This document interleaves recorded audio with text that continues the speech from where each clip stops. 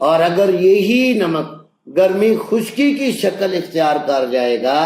تو بائل آپ کی باڈی میں زیادہ بننا شروع ہو جائے گا، بجائے خون کے باڈی کے باہر جب بلڈ زیادہ بن آئے گا تو اس میں بائل آئے گا جس کا کلر زرد ہوتا ہے، جو یلو ہوتا ہے، تو اس پر آپ کو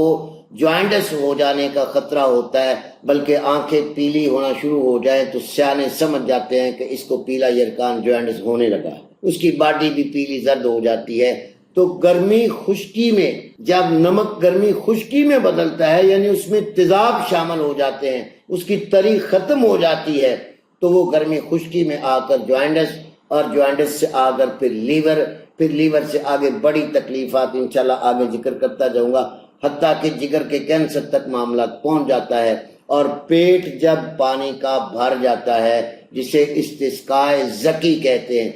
زک کہتے ہیں مشق کو عربی میں، مشق جیسے پانی کی بھر کے پھول جاتی نا، پیٹ آپ نے دیکھا ہوگا مریضوں کا پھول جاتا ہے۔ ہماری ماڈرن میڈیکل سائنس کیا کرتی ہے کہ وہاں مریض کے پیٹ میں سرنج ماری اور وہ پانی نکال لیا، دفع کر دیا، پانی نکل گیا، لے جاؤ۔ چند دن بعد مریض کا پھر پیٹ پھول گیا، پھر سرنجے مار مار کے پیٹ کو زخمی کر کے نکال دیا۔ میں اپنے سامعین سے گزارش کروں گا، یہاں مجھے دانت ضرور دیجئے، کیا میں بات صحیح کر رہا ہوں؟ اب ماڈرن میڈیکل سائنس یہ سمجھتی ہے کہ یہ فالتو پانی ہے۔ میں بارہا دفعہ ذکر کر چکا ہوں کہ جب آپ کے اعصاب کے اندر تحریک تیز ہوتی ہے، نروس ٹیشوز کے اندر، تو آپ کے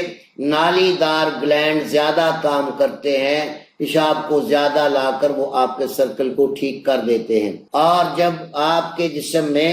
عضلات تیز ہوتے ہیں تو آپ کے جسم کی گرمی اندر روک لی جاتی ہے، جس کی وجہ سے زہریں بھی اندر رک جاتی ہیں اور ایسی جوائنٹس جیسی بیماریاں پیدا ہو کر انسان کی موت کا سبب بنتی ہیں۔ اب ان تحریکات کو چونکہ ہماری ماڈرن میڈیکل سائنس بالکل سرے سے نہیں جانتی، سینئر سے سینئر ڈاکٹر جو لیور اسپیشلسٹ بن کے بیٹھے ہیں 10 منٹ میرے ساتھ بات نہیں کر سکتے، دعوے سے کہہ رہا ہوں نہیں کر سکتے۔ وہ بس جراثیموں کے پیچھے لگ جائیں گے، سرنجے مار مار کے پانی نکالنے کے پیچھے لگ جائیں گے۔ انہوں نے یہ نہیں دیکھنا کہ نمک کے ساتھ پانی ایڈ ہے یا نمک کے ساتھ ایسڈ ایڈ ہے۔